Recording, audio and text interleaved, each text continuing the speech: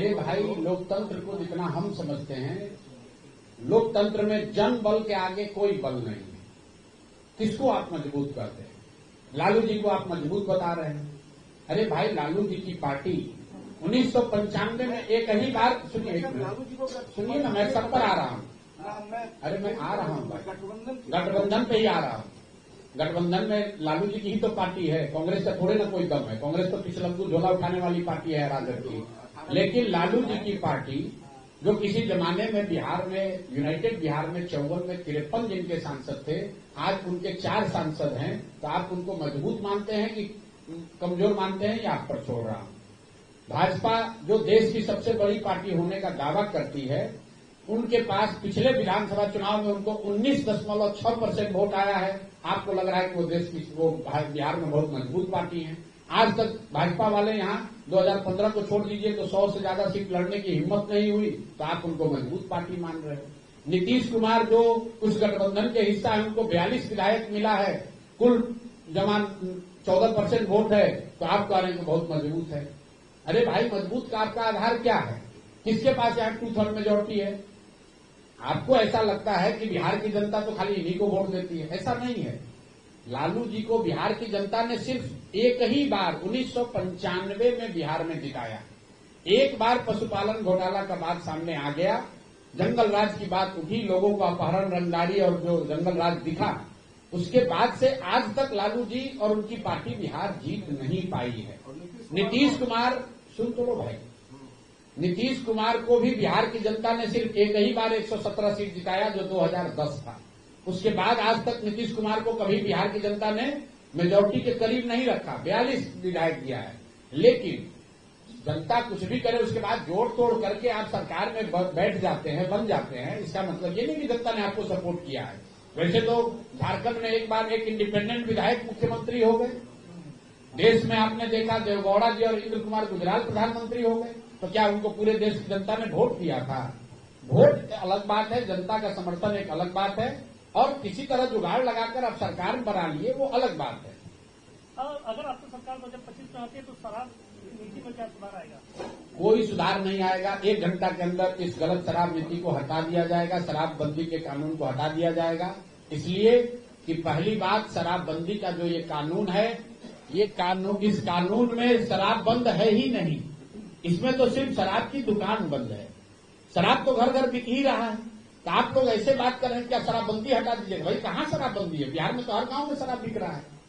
और जो ये गलत शराबबंदी का कानून है, जिसकी वजह से बिहार की गरीब जनता का, आपका, हमारा हर साल 15 से 20 हजार करोड़ का नुकसान हो रहा है। और ये पैसा कहाँ जा रहा है? ये पैसा जा रहा है यहाँ भ्रष्ट अधिकारियों के जेब में, नेताओं के जेब में, शराब माफिया के जेब में। और पूरे बिहार में आप देख रहे हैं, अभी राजद वाले अभी नया नया जगह है, कह रहे हैं कि हम लोग पारसी समाज को, के ताड़ी को इससे अलग कर देंगे। कोई पत्रकार ये नहीं पूछा कि जब शराबबंदी लागू किया गया था 2016 में, तो आप कहाँ थे? आप शराबबंदी कानून बनाने के समय खुद उस सरकार में डिप्टी सीएम थे। और मान लीजिए कि उसके बाद आपको समझ में आया कि पारसी समाज के साथ गलती हो रहा है, तो अभी फिर 1.5 वर्ष आप डिप्टी सीएम थे, फिर उस समय सुधार देते। तो अभी चुनाव आया तो बापू सभागार में लबनी लेकर खड़ा होकर पारसी समाज को बेवकूफ बनाने के लिए कह रहे कि इसको हटा देंगे। जब सरकार में थे तो नहीं दिख रहा था ये बात। तो जो भी सरकार में नहीं रहता है, कहता है कि शराब का माफिया है, और जैसे ही सरकार में जाता है, कहता नहीं, यही ठीक है। मेरा आपसे एक सुझाव है, जो भी नेता कहता है कि शराबबंदी से बड़ा फायदा है, महिलाओं का सशक्तिकरण हुआ है, इससे समाज में अपराध कम हुआ, अगर कोई ऐसा कहता है, तो मेरा आपसे इतना ही विनम्र गुजारिश है, जरा उनसे पूछिए कि इतना बढ़िया योजना आप लोग बिहार ही के लिए क्यों लागू किए हुए हैं? अगर इतनी सफलता मिली है तो इस योजना को पूरे देश में लागू कर दीजिए। अरे भाई, भाजपाइयों से पूछिए कि इतना बढ़िया लड्डू बिहार के लोगों को काहे खिला रहे हो, यूपी में भी लागू करो। मोदी जी को कहो कि अगर क्या देश की महिलाओं का सशक्तिकरण नहीं होना चाहिए? अगर शराबबंदी से महिलाओं का सशक्तिकरण हो रहा है, तो क्या देश की महिलाओं का सशक्तिकरण भाजपा नहीं चाहती है? भाई, ये बिहार की गरीब जनता को बेवकूफ बनाकर वोट लेने का एक कवायद है।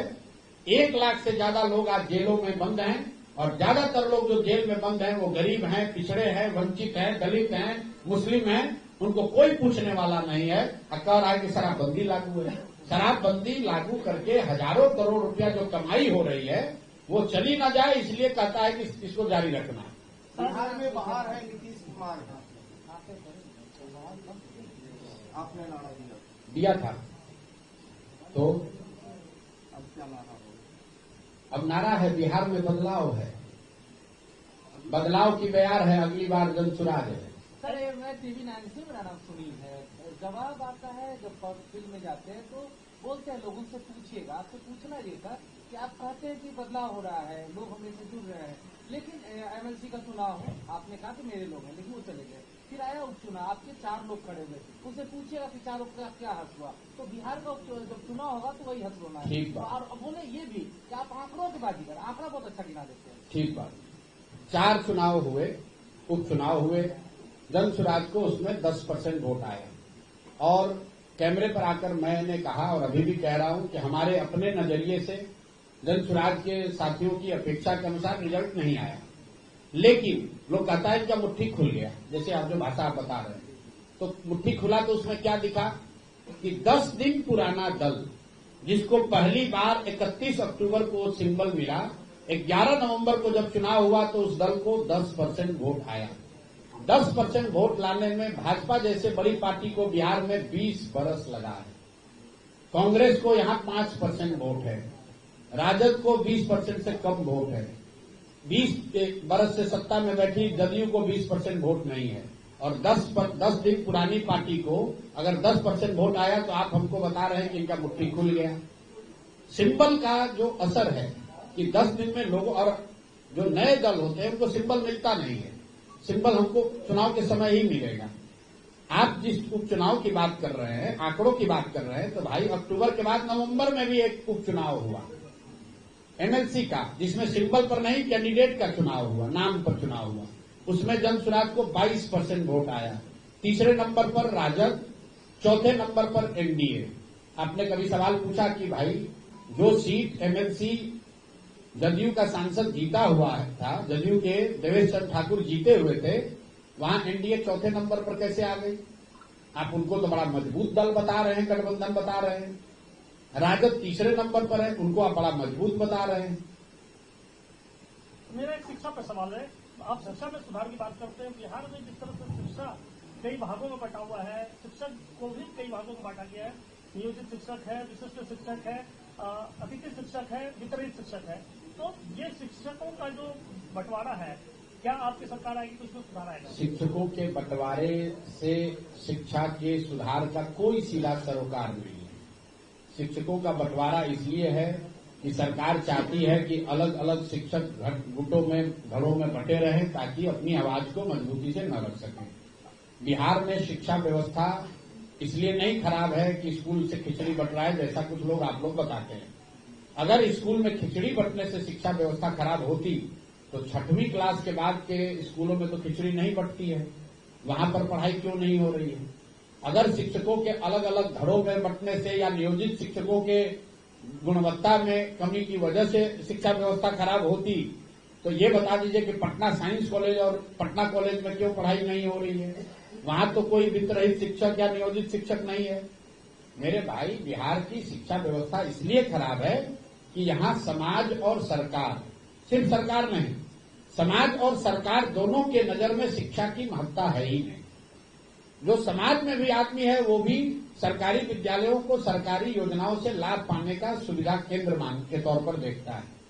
किसी गांव में चले जाइए, लोग ये बता रहे हैं कि हेडमास्टर साहब हमको साइकिल का पैसा नहीं दिए, हमारा बच्चे का पोशाक का पैसा नहीं मिला, लेकिन वही व्यक्ति ये नहीं बता रहा है कि हमारे यहाँ गांव के स्कूल में गणित का शिक्षक या अंग्रेजी का शिक्षक कभी है ही नहीं, 5 वर्ष से नहीं है। समाज भी ये चाहता भैया हमको यहाँ से कुछ मिल जाए, वैसे ही काम चलता रहे।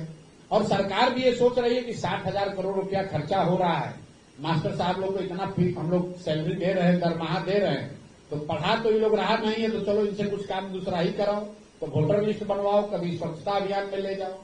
जब तक समाज और सरकार दोनों के मन में, दोनों की प्राथमिकताओं में शिक्षा टॉप पर नहीं आएगा, तब तक बिहार में कोई सुधार होने वाला नहीं है। कैंडिडेट को लेकर है सर कि लोग कह रहे हैं कि अभी तो अभी अंतिम सवाल है, वरना पूरी रात हम यहाँ लोग बैठे ये रहेंगे। कह रहे हैं कि यहाँ पर जितना लोग आ रहे हैं वो महत्वाकांक्षा लेकर के आ रहे हैं, चुनाव के समय में जैसे घोषणा करेंगे तो भगदड़ मच जाएगी। भाई ऐसा है, कहने वाले लोग तो कुछ कहेंगे ही।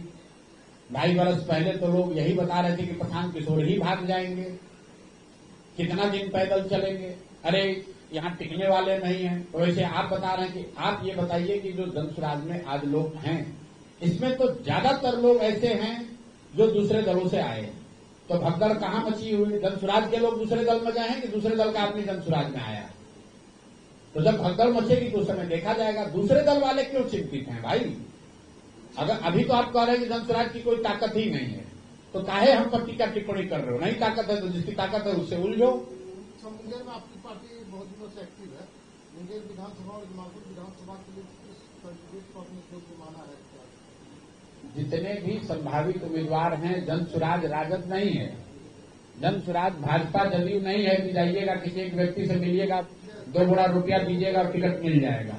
जितने भी संभावित प्रत्याशी हैं, आप देख रहे हैं गांव देहात में हर जगह उन्होंने अपना बाकायदा फोटो बैनर लगाया है, उसके नीचे लिखा है संभावित उम्मीदवार जनसुराज। वो इसलिए है ताकि क्षेत्र की जनता ये देखे, समझे, जांचे, परखे, उसके बाद जब हम लोग सर्वे करने आए तो वो बताए कि भैया जो लोग हमारे संभावित उम्मीदवार जनसुराज के हैं उनमें से उनको कौन व्यक्ति सबसे सही लगता है। जिसको क्षेत्र की जनता वोट देकर कहेगी वही व्यक्ति जनसुराज का उम्मीदवार होगा। ये पार्टी की पॉलिसी है और 2 बरस मैंने यही बात जाकर गांव-गांव बिहार में कहा है।